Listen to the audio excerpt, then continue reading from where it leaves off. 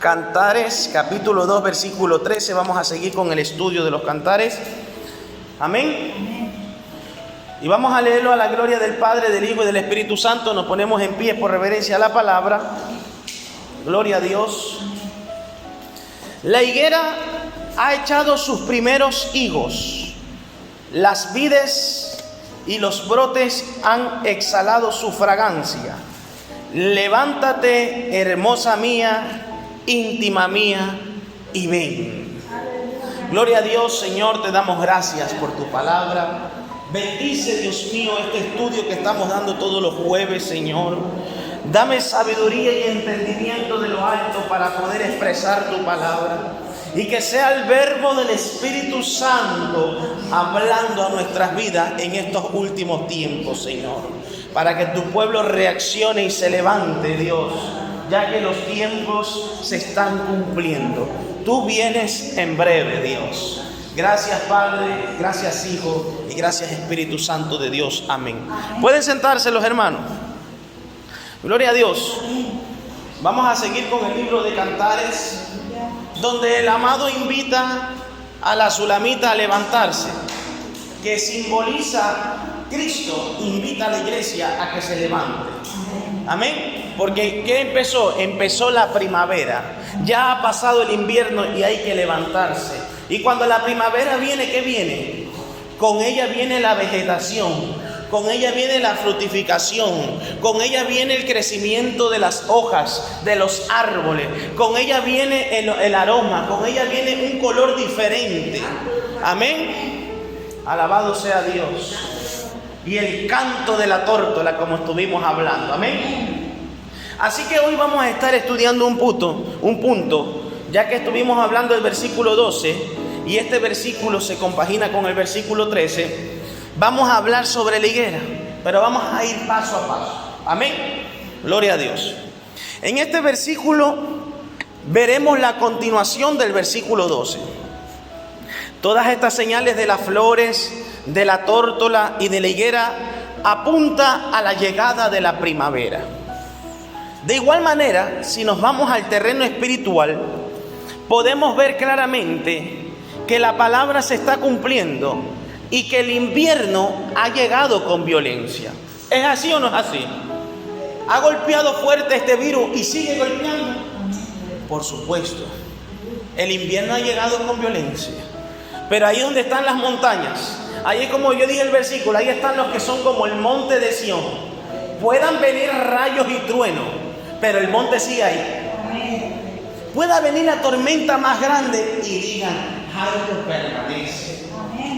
Puede venir la tormenta más grande, pero Delia permanece. Porque es como el monte de Sión. No se mueven, están ahí. Y pueden aguantar con violencia todos los huracanes y todos los terremotos, pero ahí están. Amén. Oiga bien esto.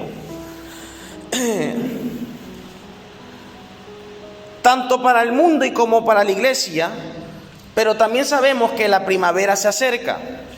El retorno del amado por su novia se aproxima. ¿Cuántos lo creen? Amén. Y la segunda venida de Cristo a la tierra se acerca. ¿Lo sabían? Por eso ahora más que nunca hay que levantarse y caminar con Cristo hasta el rapto de la iglesia. Amén. Y para empezar esta introducción, vámonos a Romanos 13:11. Pasando este versículo, entramos de hecho en el mensaje.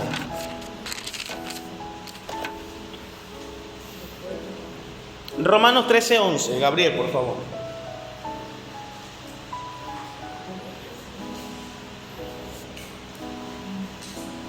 Alabado sea el Señor. Y esto, conociendo el tiempo, que es ya la hora de levantarnos del sueño, porque ahora está más cerca de nosotros nuestra salvación que cuando creímos. Y esto se lo dijo el apóstol Pablo a los romanos hace aproximadamente más de 2000 años. Ahora sí podemos decir con más claridad y con más nitidez de que Cristo está a las puertas. Ahora sí que hay que levantarse del sueño. Está hablando del sueño espiritual. Usted puede ver en YouTube, usted puede ver en Facebook, usted puede ver en todas estas explicaciones donde sale la llamada, supuesta llamada Iglesia de Cristo, duerme. Lo que hay es mucha emoción. Lo que hay es mucha electrónica, lo que hay es mucha fiesta, lo que hay es mucha propaganda, pero no está la unción, no está el fuego, no está la llama del Espíritu Santo. Entonces es tiempo de levantarnos, porque mire, ahora más que nunca está cerca de nosotros la salvación que cuando creímos. Y ahora usted va a ver esta palabra de la higuera. Se la voy a dar lo mejor posible para que usted entienda que yo no sé cuántos años vayan a pasar de aquí en adelante. En breve, si usted está despierto, escuchará la trompeta. Mire, hoy quiero hablarle detalladamente sobre la parábola de la higuera. Para ello nos vamos a ir al libro de Mateo 24. Vamos a hablar, que el Señor me ayude. Mateo 24, 32 hasta el 34.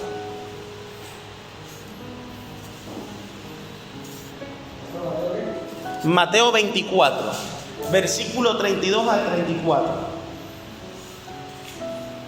Dice así, oiga bien esto: de la higuera aprender la parábola. Cuando ya su rama está tierna y brotan las hojas, sabéis que el verano está cerca. Así también vosotros, cuando veáis todas estas cosas, conoced que está cerca a las puertas. Ya estuvimos estudiando en el versículo 12 sobre la higuera. ¿Alguien que recuerde? ¿Cuándo comienza a dar sus frutos? ¿Y cuándo termina la maduración del fruto de la higuera? En invierno. Ajá. Y termina en primavera. En primavera ya comienzan a coger color, pero donde maduran es para el mes de julio. Mes de junio, julio, ya para el verano están ya maduros. Usted no puede comerse un higo verde. No sé si alguien ha comido verde, pero el higo cuando está madurito es donde está rico y dulce. Entonces hoy vamos a hablar, con la ayuda del Señor, ¿a qué palabra se está refiriendo Jesús en esta parábola? ¿Qué es lo que nos está tratando de decir? Porque esta palabra se lo dijo a los discípulos, pero también es para nosotros. Y tenemos que entender la profecía. Amén. Si nos damos cuenta, el propósito de estas palabras es crear expectativas en cuanto al fin del mundo y sobre todo de su segunda venida, ya que no hay nadie que pueda saber con exactitud el día y la hora donde ocurrirán estos eventos.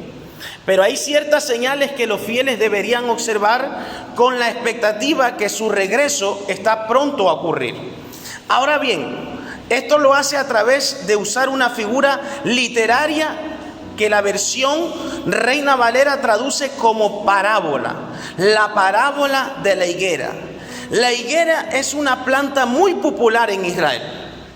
La higuera, así como los higos que produce y que es un fruto comestible, la higuera produce dos frutos en el año. La primera cosecha, las brevas o higos tempranos, maduran entre junio y principios de julio. La segunda cosecha, los higos tardíos, maduran en agosto. ¿Ha visto? Tiene dos cosechas. Una es entre principios de junio y de julio y otra es en agosto. Tomando como comparación de la higuera, dice Jesús que debemos de aprender de la higuera, ya que ellos sabían que el verano estaba próximo. Amén. Israel cuando veía la higuera dice, el verano se acerca. Amén. Entonces hoy vamos a estar analizando detalladamente esta profecía. Cuando vean que las ramas de la higuera estaban tiernas y de ellas brotaban sus hojas, así nosotros deberíamos saber que su segunda venida estaría cercano cuando viéramos el cumplimiento de todo lo que Él está hablando. ¿Cuándo es la segunda venida del Señor Jesucristo?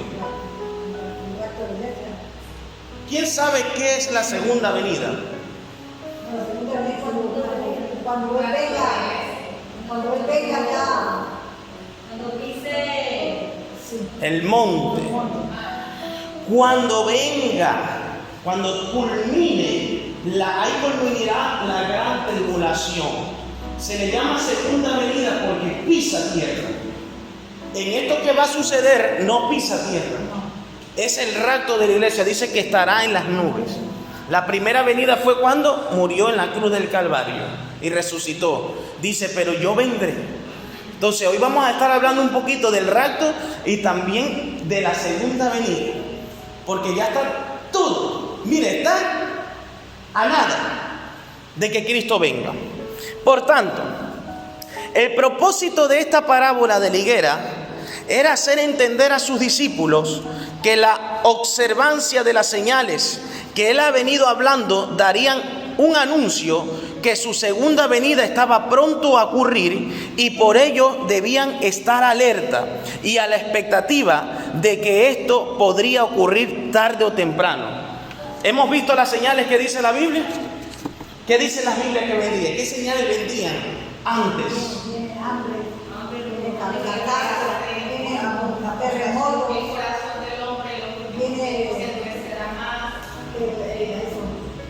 El amor de muchos se enfriaría, vendrían terremotos, vendrían pestilencias. iremos para allá, para acá, el hombre se afana cada día más. Exactamente, dice que serán como en los tiempos de Noé, comprando, bebiendo, dándose en casamiento. Un montón de todas estas cosas nos habló Jesús.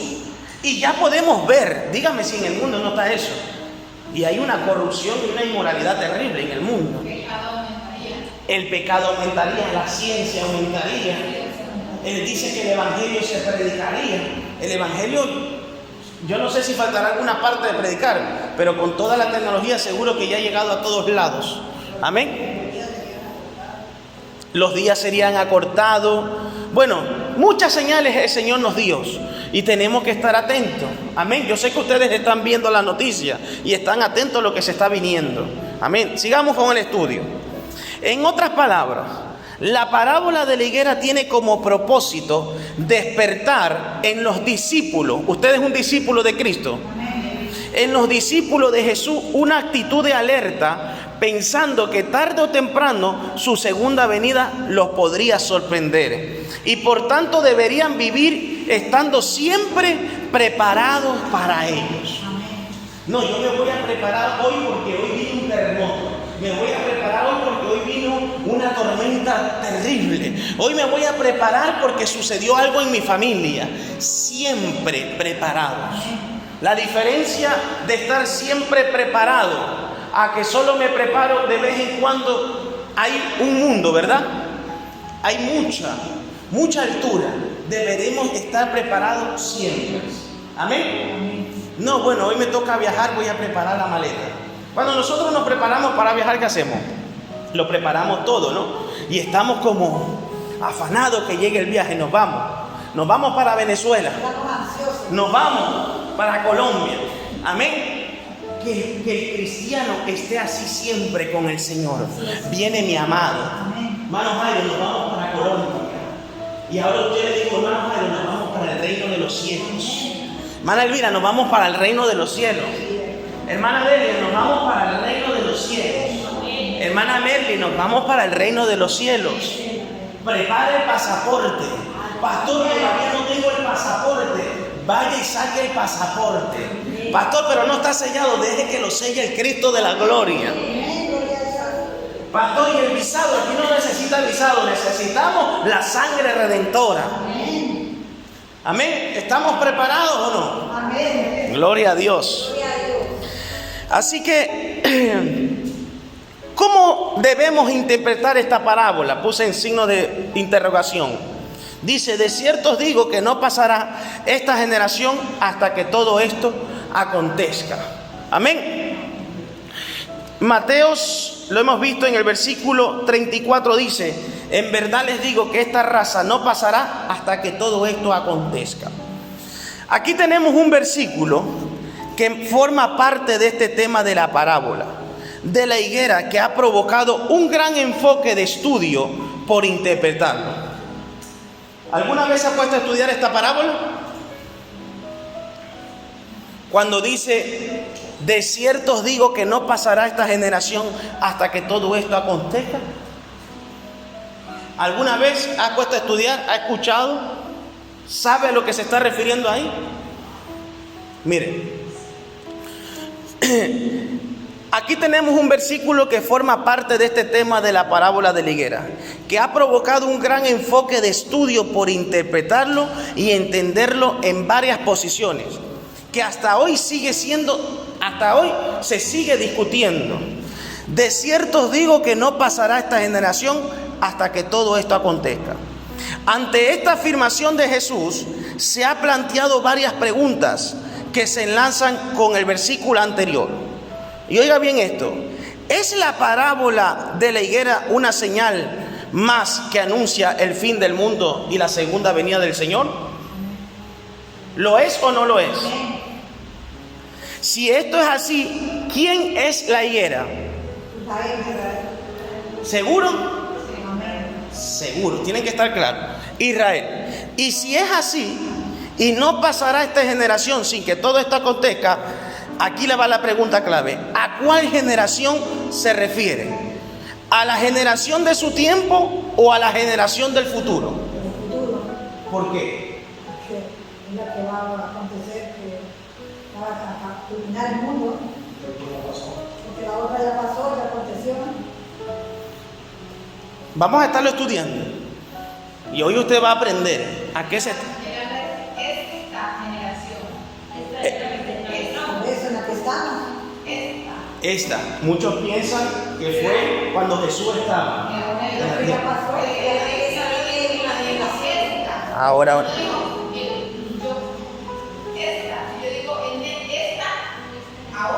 Bueno, como dice mi mujer, ¿sabéis lo que es una generación? ¿Qué es una generación, hermana Rosa? Por lo mismo cuando vino Noé que se acabó esa primera. No, una generación en la raza humana, ¿qué es lo que es? Son 100 años. 100 años vive el ser humano. No, 60, 80 años. Ahora lo vamos a... 80 años. Ahora vamos a estar estudiando todas estas cositas. 60 años. Lo dice la Biblia. Lo dice la Biblia para que usted lo tenga ahora, dice. Y si es así... vale. Lo cierto es que estas preguntas se han tratado de responder y ha causado mucha controversia entre los estudiosos de las Escrituras y los escatólogos. Sin embargo, nosotros presentamos las opiniones más representativas y buscar la mejor aplicación para nuestra vida cristiana. He estado estudiando varios comentaristas y he estado investigando, porque esta profecía, unos piensan una cosa y otros piensan otra cosa. Pero voy a hablarle lo que es. Mire, la parábola de la higuera se refiere a la generación que vio la restauración de Israel como nación en el año 1948. Acuérdese que dice que de la higuera aprender cuando sus hojas están tiernas y su fruto está tierno es que se acerca el verano. Cuando Jesús estuvo en la tierra, ¿qué pasó con la higuera? ¿Qué dijo Jesús a la higuera? ¿La maldijo o no la maldijo? Estaba maldiciendo tipo de Israel. ¿Qué pasó en el año 70? Fue cuando fue destruida. Cuando Tito, el general Tito, por el imperio romano fue y destruyó. Entonces de ahí usted ya tiene que sacar una conclusión. Ahí usted no está viendo una higuera reverdeciendo. Está viendo una higuera muerta. ¿Ve? Ya vamos a que va un poquito entendiendo. Ahí la higuera fue maldita. De aquí para el 1948, ¿cuántos años han pasado? Cerca de 1900 o 1800 años, la higuera estaba maldita. ¿Es así o no? Israel había sido destronado como nación. Había sido quitado de la tierra. Por eso es que tiene que usted estar alerta y viendo la profecía. Ya ahora sí que podemos decir, la higuera ha reverdecido. La higuera está dando sus primeros frutos. Pero vamos a seguir estudiando. Jesús le dijo a sus discípulos que de la parábola de la higuera tenían que aprender, ya que así como la proximidad del verano se podía medir viendo los primeros brotes de las ramas de la higuera, así ellos podrían saber que cuando todas estas señales les anunciarían que el fin del mundo y su segunda venida está cercano. Oigan lo que me estoy refiriendo, no estoy hablando ahora mismo del rapto, estoy hablando de que se aproxima la segunda venida. Y si se aproxima la segunda venida, el rapto está a nada. Porque después del rapto, ¿qué pasa? ¿Cuántos años hay hasta que venga Cristo? Eso lo tienen que tener claro. 7 años. Del rapto de la iglesia, vuela. Y hay un periodo de 7 años cuando Cristo pisa el monte de los olivos. Amén. ¿Estamos claros ahí? Estamos empezando. Oiga bien esto. Algunos teólogos han llegado a interpretar que, por ser una parábola, la higuera tiene una interpretación más, afirmando que la higuera es Israel. Y por donde Jesús está profundizando que cuando la higuera dé sus primeras ramas, es decir, Israel reflorezca, el fin del mundo y su segunda venida estarían cercanos. No pasaría esa generación que vería el resurgimiento de Israel sin que todo lo que él ha dicho se cumpla. Del 1948 para acá, ¿cuánto tiempo ha pasado?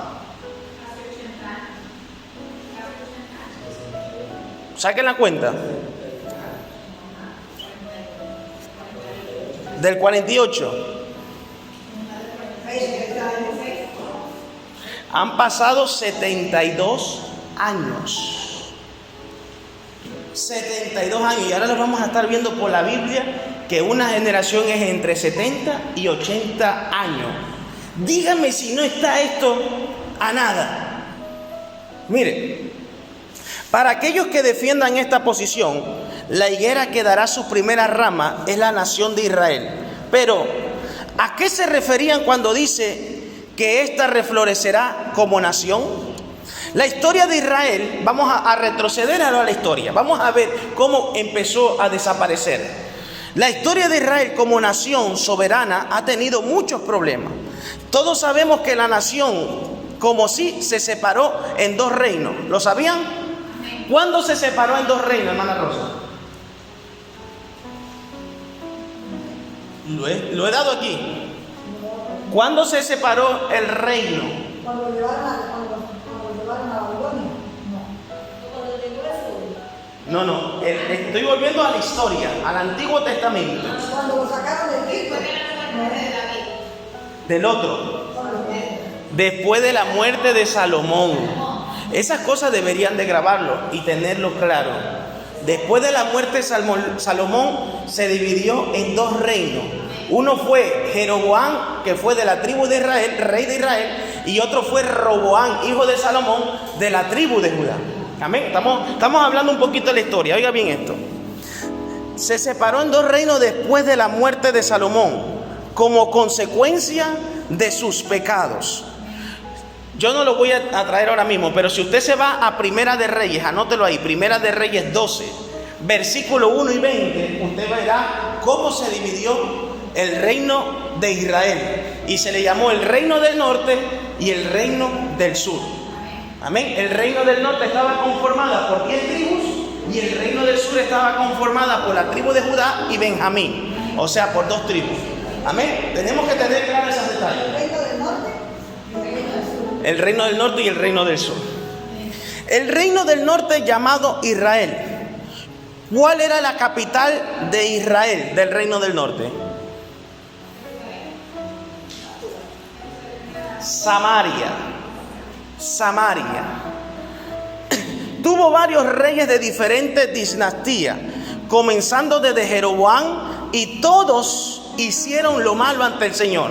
Oiga, no se escapó ninguno ahí. Por eso es que la destrucción de Israel, del reino del norte, le llegó más temprano que la del reino de Judá. Ahora vamos a estar viendo. En cambio, el reino del sur, Judá, cuya capital fue Jerusalén, Amén. Acuérdense que la del reino del sur, la capital de Judá era Jerusalén.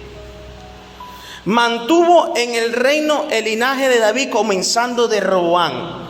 Por los pecados de Israel, Dios permitió que los asirios los conquistaran en el año 722. Cuando Jesús le dijo, vean el templo, que no va a quedar piedra sobre piedra, ¿se cumplió o no se cumplió esa profecía? En el año 70 se cumplió esa profecía. Siempre, si usted se pone a estudiar lo que es la teología, en todas las dispensaciones de la tierra, le ponen tres puntos. Cuando le dice uno, Dios prueba a su pueblo, el pueblo fracasa, y después del fracaso, ¿qué viene? El juicio de Dios. Mire toda la historia de Israel, siempre ha pasado lo mismo. El pueblo es probado, lamentablemente fracasa, y después viene el juicio. Israel llevaba en juicio en este tiempo, en estos 2 siglos, más de 1800 años. Yo creo que no ha tenido más castigo como ahora. Tremendo castigo, ¿no? Vamos a seguir. Siendo muchos de ellos deportados a las regiones caldeas. Mire, Dios permitió que los asirios los conquistaran en el año 722 a.C., siendo muchos de ellos deportados a las regiones caldeas, y los que quedaron fueron mezclados con otras naciones paganas, perdiéndose así el linaje puro de las 10 tribus de Israel, y de cuya descendencia surgieron los samaritanos. Vámonos a 2 de Reyes 17, 6, 7. Si quiere, quédese grabado este versículo y usted sabrá que ahí fue cuando Israel cayó. Hablando en el Antiguo Testamento. 2 de Reyes 17, 6, 7.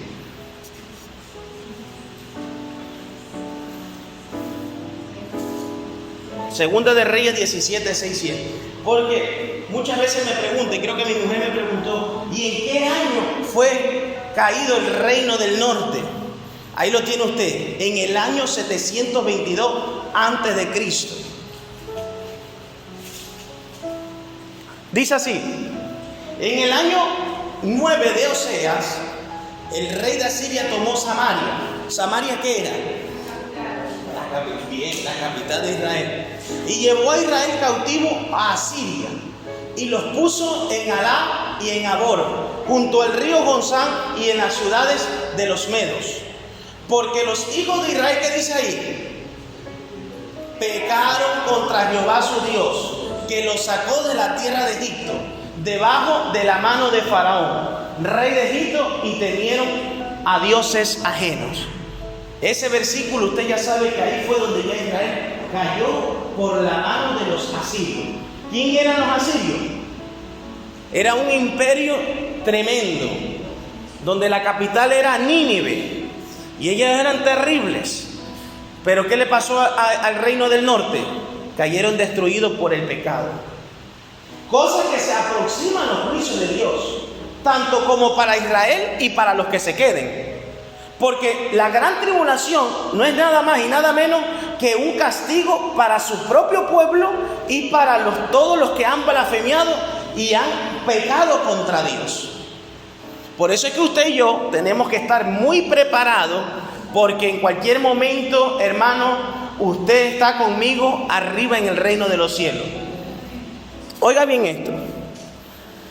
Aún después de todo esto, el reino del sur permaneció. Cuando fue destruido el reino del norte, el reino del sur continúa. Las 2 tribus, Benjamín y la tribu de Judá, continúan. El reino del sur permaneció firme, ya que algunos reyes buenos guiaron al pueblo en el camino de Dios. Algunos saben, solo por preguntar, ¿cuáles reyes fueron buenos de la tribu de Judá, del reino de Judá? Joasías. Otro más, el que le dijo prepara tu casa. Ezequías. Y otros pocos reyes fueron hombres que buscaron a Dios. Pero como Ezequías y Josías, no hubo otros reyes como ellos que buscaron a Dios después de David y Salomón. Miren, Pero lamentablemente no todos hicieron lo mismo. Al final, por sus maldades, Jerusalén cayó en manos, y anótelo si quiere, Jerusalén cayó en manos ¿de quién? Dígamelo. ¿Cuál fue el imperio después de los asirios que se levantó? Babilonia. Acuérdense, fue el imperio Egipto, después fue ¿cuál? El imperio asirio, después el imperio babilónico, después el imperio de los medes de Persa, después el imperio griego y ahora el imperio romano. Los babilónicos fueron muchos imperios. Los babilónicos invadieron Jerusalén en el año 586 a.C. O sea que pasaron aproximadamente 200 años cuando cayó el reino del norte. La tribu de Judá seguía en pies. 2 tribus se mantenían. Tengo que hablar todo esto para llegar al mensaje de la profecía. En el año 586 a.C., siendo los muros y el templo totalmente destruidos y los sobrevivientes deportados a Babilonia. Vámonos a Segunda de Crónicas 36. Segunda de Crónicas 36, 17, 20. Lo puede anotar también este pasaje bíblico. 36, 17, 20. Segunda de Crónicas. Mire lo que pone ahí en la pantalla. Por lo cual trajo contra ellos el rey de los caldeos. Está hablando de Babilonia. Que mató a espada a sus jóvenes en la casa de su santuario, sin perdonar joven ni doncella, anciano ni decrépito. Todos los entregó en sus manos. Asimismo, todos los utensilios de la casa de Dios, grandes y chicos, los tesoros de la casa de Jehová y los tesoros de la casa del rey y de sus príncipes, todo lo llevó ¿qué? Babilonia. Seguimos.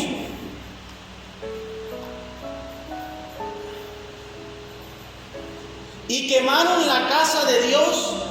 Oiga, aquello fue tremendo. Y quemaron la casa de Dios y rompieron el muro de Jerusalén y consumieron a fuego todos sus palacios y destruyeron todos sus objetos deseables. Y por último, los que escaparon de la espada fueron llevados cautivos a Babilonia y fueron siervos de él y de sus hijos, hasta que vino el reino de ¿qué?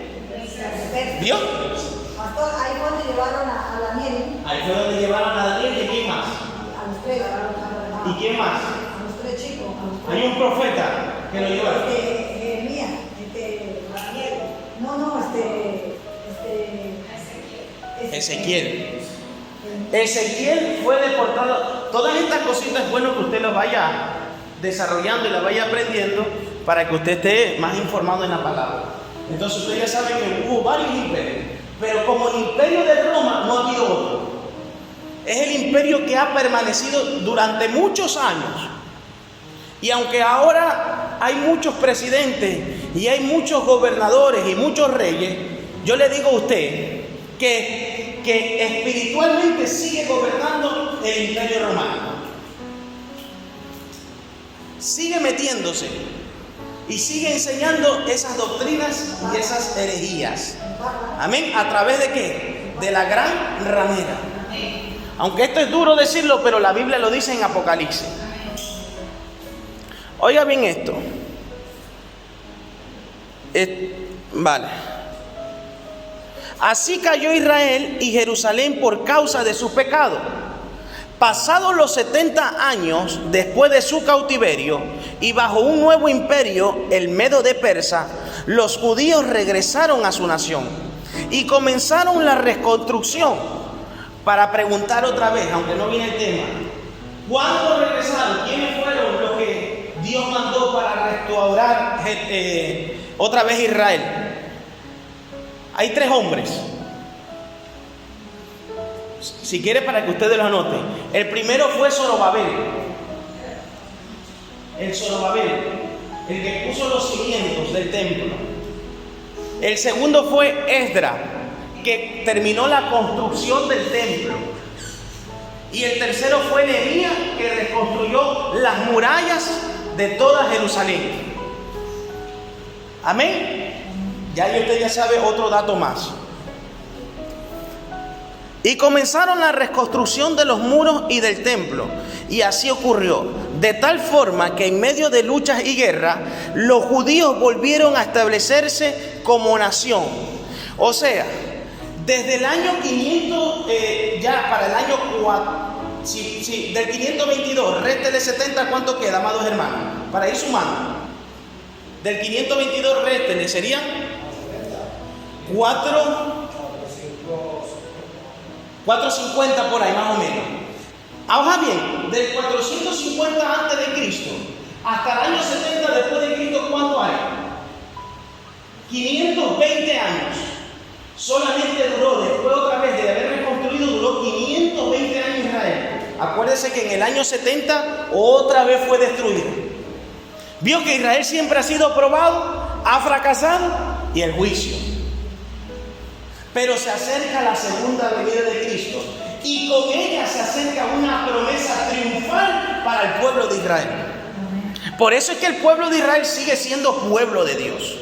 Y por eso es que hasta en estas últimas batallas, como le hablé de la guerra de los 6 días, Dios estaba en medio de esa guerra. Oiga, es que Dios está con el pueblo de Israel. ¿Cuántos lo creen? La Biblia dice orar por la paz de Jerusalén. Sigamos. Los judíos volvieron a establecerse como nación, solo que la mayor parte del tiempo conquistada, primero los del imperio persa, luego desataron batallas con las naciones árabes que los rodeaban contra el reino de los seleucos, especialmente contra Antíoco y Epífanes, y para el tiempo de Jesús estuvieron bajo el yugo romano. Amén. Ya cuando llegó Jesús estaba el imperio romano, otra cosa que deben de saberlo. Finalmente los judíos dejaron de ser una nación cuando Roma la destruyó en el año, ¿si están atentos?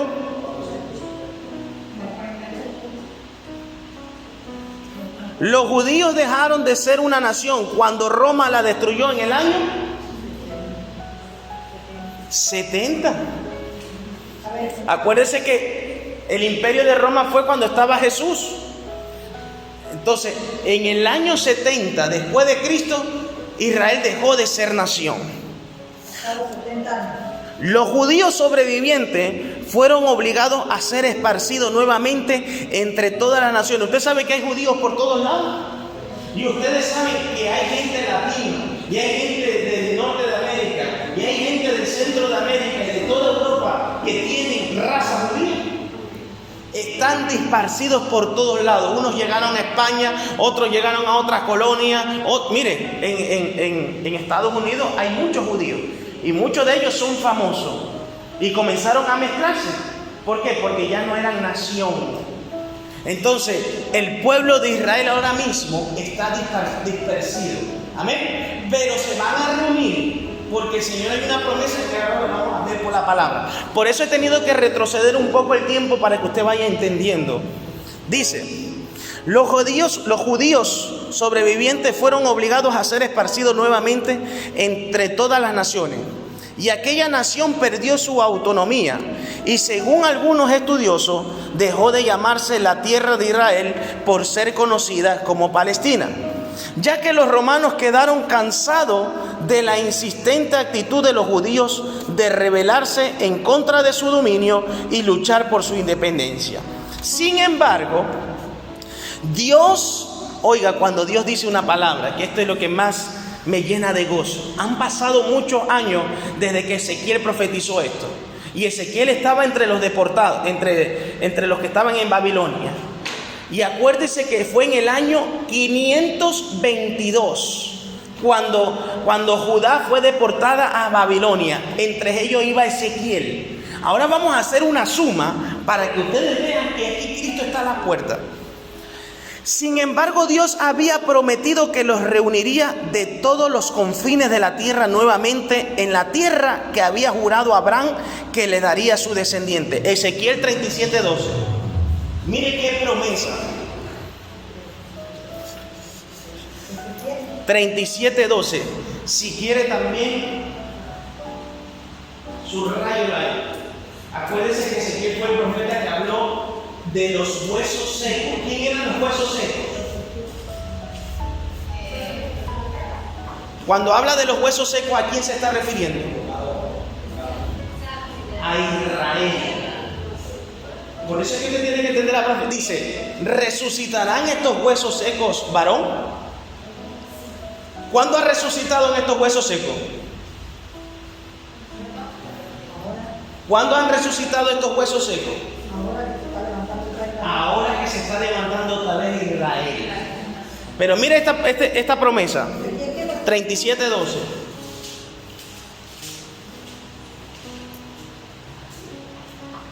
Dice, por tanto, profetiza y diles, así ha dicho Jehová el Señor. Oigan bien esto. He aquí yo amo vuestro sepulcro, pueblo mío, y os haré subir de vuestras sepulturas. ¿Qué es lo que hay en el sepulcro? Huesos. Y os traeré. ¿Cuántos años han pasado? Si estamos 2021 años, súmele 500 años. Súmele. Casi 2600. Desde que habló Ezequiel esta profecía. ¿Se está cumpliendo o no se está cumpliendo? ¿Se han abierto los sepulcros?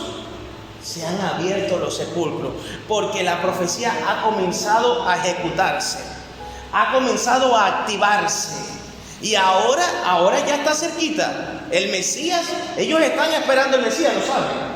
Por ahí ha salido la noticia, y no me he echado ni cuenta, que supuestamente ese es el Mesías. ¿Ustedes qué creen? ¿Que es el Mesías? ¿Por qué no es el Mesías, hermana? Pero explíquemelo.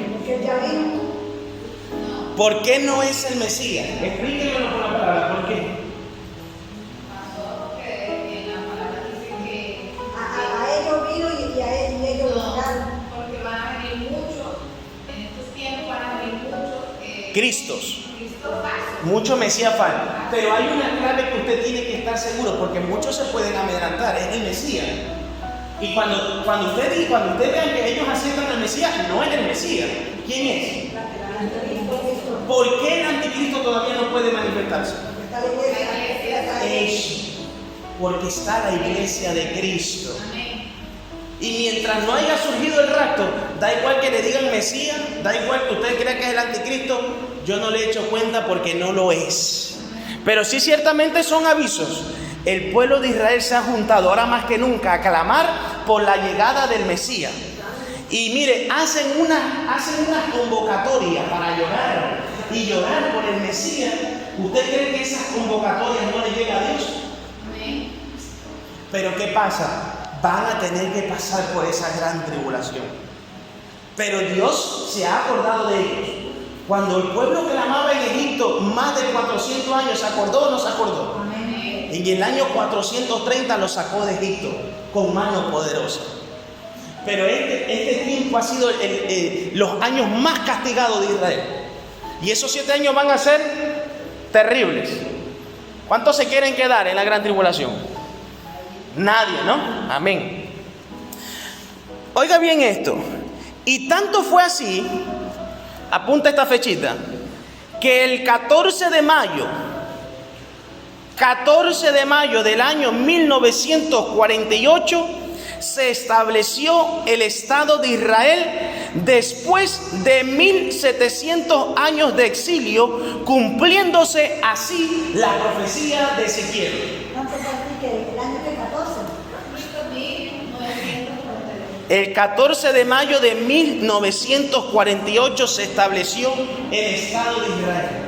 Desde ese momento para acá, los teólogos, los eruditos, los que estudian la escatología, dijeron, ahora sí podemos interpretar esta parábola. Nación. Es que Israel no era nación, no era nada, hermano. Es como que usted lea Colombia y de momento desaparezca. Dios permitió esto. La metieron en los sepulcros a Israel. ¿Quién se iba a creer que ¿Usted ha visto Israel en el mapa? ¿Ha visto Israel en el mapa? Cuanto más lo grande es un punto.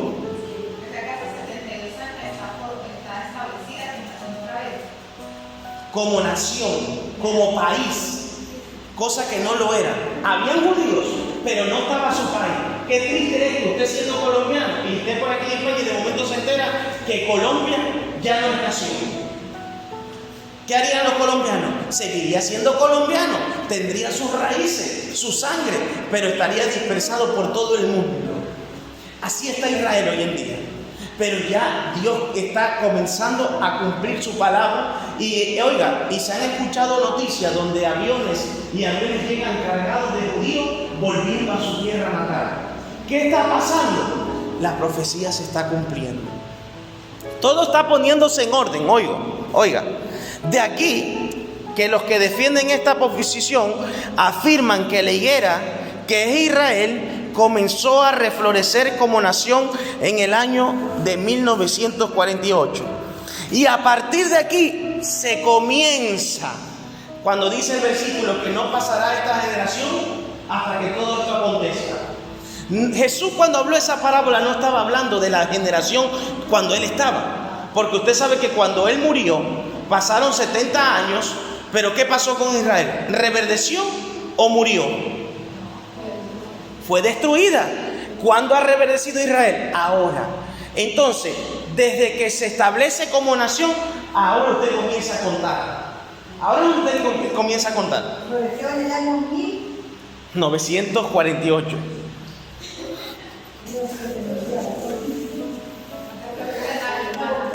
Oiga bien esto, y a partir de aquí se comienza a contar esta generación que presenció el resurgimiento de su nación, y asimismo esta generación no pasaría sin que todas estas cosas del fin del mundo y su segunda venida acontecieran. Ahora bien, hay algo adicional a esta interpretación, y es, que ahí es donde yo voy a llegar, ¿cuánto dura entonces una generación bíblica? Vámonos al Salmos 90:10. Y guarde solo ese versículo, señálelo.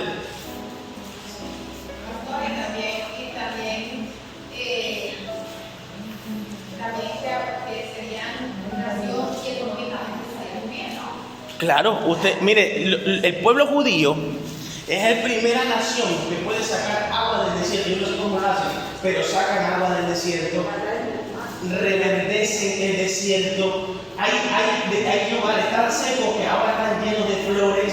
Hay alguna profecía que dice que saldrían ríos y vendrían ríos por el desierto, y ha pasado. Ha crecido un río de la nada, y todo eso es cumpliéndose la palabra. Esos son señales que Dios le dijo a los discípulos, pero le está hablando a los discípulos de hoy también. Israel, óigame bien lo que le voy a decir. Siempre se ha dicho que la nación de los Estados Unidos, de Rusia y de China son las más potentes. No hay mayor potencia como la de Israel. Pastor, pero China tiene millones. Mire, Israel seguro que bajo la manga tiene más cosas que cualquier otra nación. Tienen una sabiduría. Esa gente viene a Fuerteventura y usted va a ver Fuerteventura llena de agua. Los sistemas de regadío, casi todos que traen para acá son de Israel. Los híbridos de las verduras, de las frutas, que un híbrido significa que es algo que se ha creado de dos frutas, pero que no tiene semillas. Tiene que buscarla bien de Israel. Exactamente. Y sacan el agua del mar, pero le hacen una movida al agua que es agua como la de aquí, potable. Mire, si los judíos estuvieran aquí, Fuerteventura se quitaría todo este peladero, porque esa gente son extremadamente sabios. Los más grandes, ricos y famosos son judíos. Hay actores que usted ve en la tele, son judíos, y el mundo está lleno de judíos. Hay gente latina que puede ser colombiano, venezolano, ecuatoriano, que tienen descendencia judía. Ahora, no por eso yo voy a decir, no, yo soy judío. A mí no me va a ganar más que yo sea judío o no sea judío. A mí lo que me va a ganar más es que esté regenerado por la sangre del Cordero. Porque hay gente que se pelea, hay latinos que yo he escuchado, no, yo soy judío. ¿Y qué más da que tú seas judío o no seas judío? Lo que tienes que ser es un hijo de Dios, que hayas aceptado a Cristo, que Él te haya bañado y lavado con su sangre preciosa. Ahora bien, ¿cuánto dura entonces una generación? Salmo 90:10. Salmo 90:10. Los días de nuestra edad son 70 años. Oiga bien esto. Y si en lo más robusto, ¿qué es más robusto? Son 80 años con toda su fortaleza en molestia y trabajo, porque pronto pasa y volamos. Mire, usted y yo somos como la hoja que nace y de momento se marchita. Como esa flor tan bonita y tan hermosa que llega a los días y se marchita y muere. Así usted y yo. Entonces, ¿estamos claros ahí? Entonces, ¿cuánto dura una generación, hermana Delia? Y como muy robusto, ¿por qué la gente dura hasta a veces 100? Son cosas especiales. Son cosas esenciales. Pero tenemos que tener claro por la palabra que después del castigo que vino del diluvio, los años menguaron. Ya no había esa, ¿cómo se llama cuando uno tiene más años? Longevidad. Acuérdese que el más viejo tuvo 900 y pico de años. O sea que cuando usted tenía 900, usted recién tenía 90 años. Mire, entonces estamos claros que una generación son 70 y 80 años. Del 1948 al 2021 han pasado 73 años, perdón, antes de escribir 72. No, 73. 2021. 48, 2, 50, 73 años. Ahora bien, si la generación son 70 y 80, ¿cuándo está? Oiga, y estamos hablando de Liguera, está hablando de la segunda venida de Cristo. Súmele 73 años más 7, que es la tribulación. ¿Cuánto es? 73 que estamos ahora, más 7, 80, ¿no? Entonces, ¿qué estamos esperando? ¿Que estamos dentro o no estamos? ¿Vio? ¿Se le ha aclarado un poco la profecía? Estamos 73 años y una generación dura 80 años. Si estamos es por la gracia de Dios. Como dice el pastor Salomón, que en Colombia dice la ñapa. Estamos, mire, a un pelo de que se cumpla toda la escritura. ¿Cómo es que no nos vamos a levantar? ¿Cómo es que no vamos a reaccionar y ver que la profecía se está cumpliendo? Mire, entonces vienen las personas que defienden esta posición afirmando que hoy más que nunca el tiempo del fin y la segunda venida de Cristo está más cercanas que antes, ya que la profecía de la higuera ya se cumplió. El problema con esta interpretación es que caemos en el error de ponerle una fecha a la segunda venida, cuando el Señor dirá más adelante que el día y la hora de la venida del Hijo del Hombre nadie lo conoce. Otra cosa que tenemos que tener claro, Mateo 24:42. Sí, porque yo le estoy haciendo un cálculo. No significa que mañana o el año que viene el Señor. Le estoy hablando matemáticamente que ya estamos en el tiempo para que venga el Señor por su iglesia. Mateo 24:42. Uy, que el tiempo pasa rápido. Pero bueno.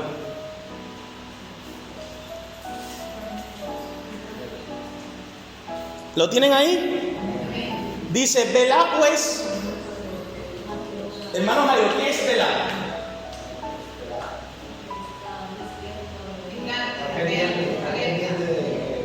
No tengo que dormir entonces. Está hablando espiritualmente.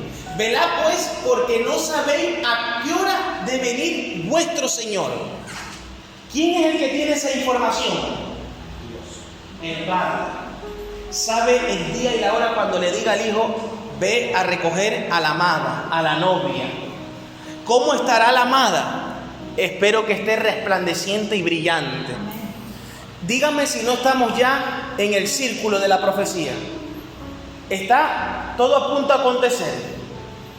Ya han pasado 73 años. Con esto no le estoy diciendo que ya tiene que ya venir el año que viene o ahora. Solamente le estoy tratando de decir que si estamos es por gracia, por su amor y su misericordia. Recordemos lo que dice el apóstol Pedro, que nadie tenga por tardanza su palabra, sino que Dios es paciente y misericordioso para que todos procedan al arrepentimiento. Él quisiera que todos se arrepintieran, pero no es así. Entonces, ¿por qué yo les digo, hermano, ahora más que nunca levantemos? Metámonos con Dios, busquemos más a Dios, ayunemos, oremos, vigilemos, vivamos una vida de santidad, de obediencia. Ya no le entreguemos esas cositas que todavía tenemos al mundo. No, hermano, ya quítese todas esas cosas y métase con Dios.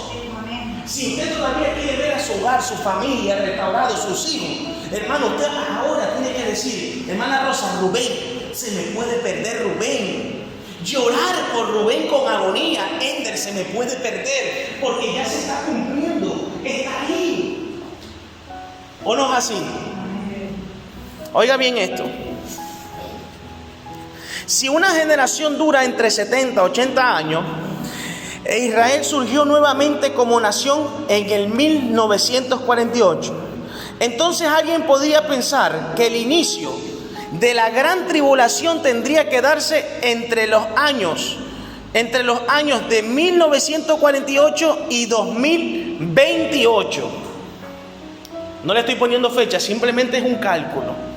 Ahora, ¿será correcta esta posición? ¿Cómo ustedes lo creen? Que en el 2028 empieza la gran tribulación. Nosotros no sabemos. Usted tiene que estar claro que el que le diga no, yo me acuerdo que decían que el 2000 se iba a acabar el mundo. Y en el 2000 hicieron la gente, es que todo el mundo iba a la iglesia, porque en el 2000 habían dicho, yo no sé, los indios, yo no sé quién había dicho que se iba a acabar. Eso, ¿cómo? Los mayas. Mira, hermano, el hombre puede decir pepino. El que tiene la palabra es Dios, y eso no lo saben ni los ángeles. Nadie sabe cuándo va a venir el Señor. Nadie lo sabe. Oiga bien esto. Bueno, nosotros solo podemos decir que nadie puede predecir el tiempo de su venida, por lo que nosotros los cristianos debemos de vivir siempre listos y que tenga preparado su pasaporte. No prepare ropa, no prepare casa, no prepare coche. Deje, hermano, todas esas cosas al anticristo. Y si tiene, ¿cómo se llaman? Las hipotecas, ahí te la dejo, todo es para ti. Como dijo usted el versículo, desnudo nací, desnudo volveré. ¿Es así o no? Entonces, hermano, no se preocupe por esas cosas. A veces nos afanamos, yo lo veo bien, pero queremos la casa, cualquier cosa que vea uno. Aquí falta una cortina, aquí falta un cuadro. Y son cosas que se la va a quedar el anticristo. Y todo eso va a perecer, lo dice el apóstol Pedro, que todo será consumido por fuego. Todo lo que usted ve ahora creado y formado, todo va a desaparecer. Oiga bien esto. Bueno, nosotros solo podemos decir que nadie puede predecir el tiempo de su venida, por lo que nosotros los cristianos debemos vivir siempre listos y preparados, sabiendo que el Señor vendrá de repente como cuando nadie se lo espera. Con esto terminamos. Segunda de Pedro 3, 10, 11. Sí, porque es que el tiempo pasa aquí volando.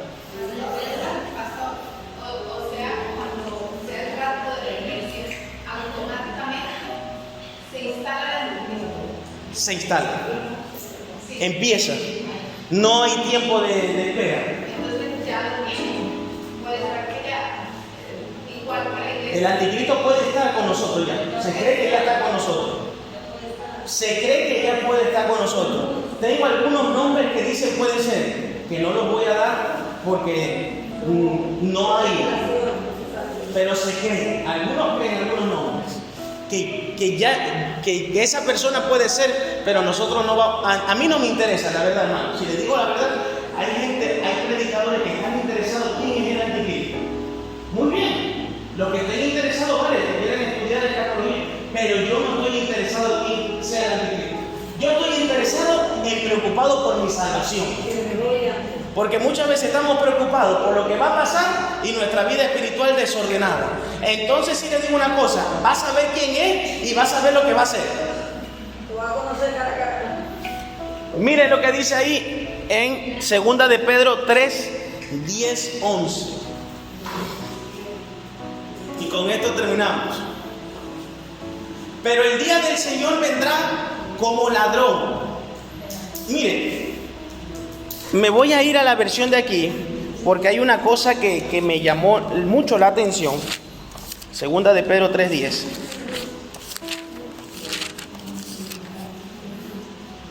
Dice, pero el día del Señor vendrá como ladrón. Ahí lo pone en la noche.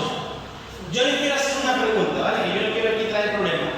Pero ¿el ladrón solo roba por la noche? No, ya también. En todo momento, cualquier momento.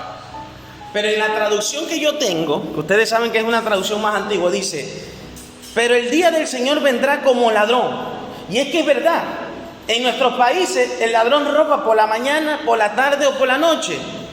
Lo que pasa es que muchas veces, como tenemos este versículo, pero el día del Señor vendrá como ladrón en la noche. En la noche viene el Señor. ¿Quién ha dicho usted que vendrá el Señor en la noche? No sabemos. Amén. Oiga bien esto. En la cual los cielos repentina, ¿qué dice? Repentinamente dejarán de ser. Oiga, aquello va a ser tremendo. Dice, y los elementos siendo quemados se fundirán, y la tierra y la obra que hay en ellos, ¿qué dice, hermana? Uy, y usted pasándole brillo a esa televisión. ¿Vio? Y usted pasándole brillo a esa mesa. Ya no estamos. Oiga, que yo le estoy diciendo que no pasa nada, que usted limpie. No estamos. ¿Ah? Hemos ido con el Señor. Hay que trabajar esas cosas. Pero yo lo que le quiero decir es que usted entienda Que nos afanamos. que muchas veces somos como las marcas. Estamos tan afanados que se me rayó esto, que se me... Yo antes me preocupaba, mire, yo antes me preocupaba por el coche, por cualquier rayoncito y tenía hasta problemas con mi mujer. Y ahora, hermano, buscamos la manera de que no se golpee porque hay que cuidar las cosas. Entonces no le estoy diciendo que uno se coge y estropea las cosas. El problema es que muchas veces nos afanamos por cosas que van a ser quemadas. Como cuando le dijo Jesús, de este templo no quedará nada. Les quedó un poquito de muro y mire cómo están. Continuamente ahí. Ahora, Pero el muro no tiene significado nada. el muro está parece solamente ahí. Para nada. Ahí le puede meter carta, ahí le puede rezar, nada. Le puede orar, le puede pedir, nada. Porque cuando llegó el día de su visitación, ni siquiera lo miraron y lo escucharon. La iglesia tiene que aprender de eso de Israel. Hoy es el tiempo que hay que levantarse. Dice el otro versículo, el 11. Puesto que todas estas cosas han de ser deshechas. Oiga el versículo como lo dice el apóstol Pedro. ¿Cómo no debéis vosotros andar en santa y piadosa manera de vivir? Si esto va a ser quemado, el que se quede, imagínese lo que le espera. ¿Sabe para lo que está reservado para el que se quede? ¿Sabe lo que está reservado para el que se quede y el que niegue a Jesús y sea marcado con la señal de la bestia? ¿Cuál es? Ese sitio que mucha gente dice que va a tener discoteca y va a tener casa y mujeres alrededor. Que ya por ahí sectas que ya hace tiempo llevan predicando que el infierno no existe, pero le tienen preparado el lago de fuego y azufre. Usted meta solamente el dedo en un volcán. Solamente toque la lava que va pasando por ahí. No lo cuenta. Entonces el apóstol Pedro dice, ¿cómo no debéis vosotros, ¿a quién está hablando? Vosotros andar en santa. ¿Y qué es piadosamente? Alguien que me diga qué es piadosamente.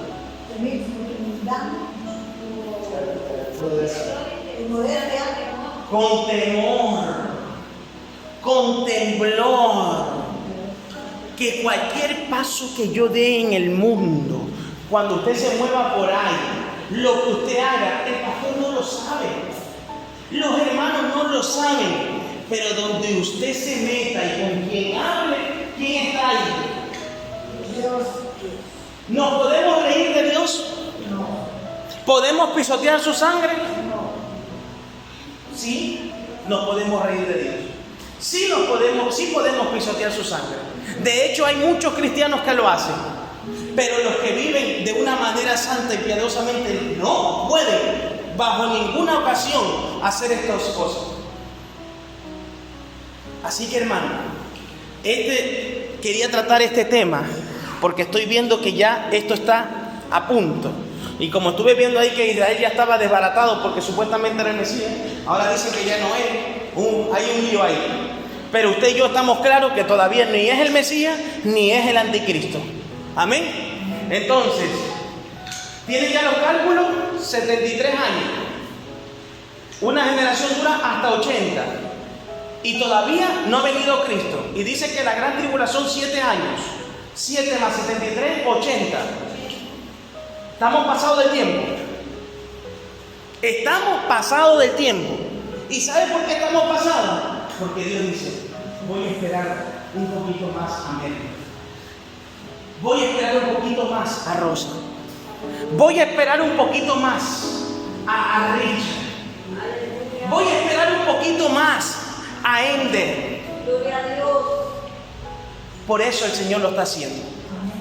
Amén. Amén. Vamos a ponernos en pie.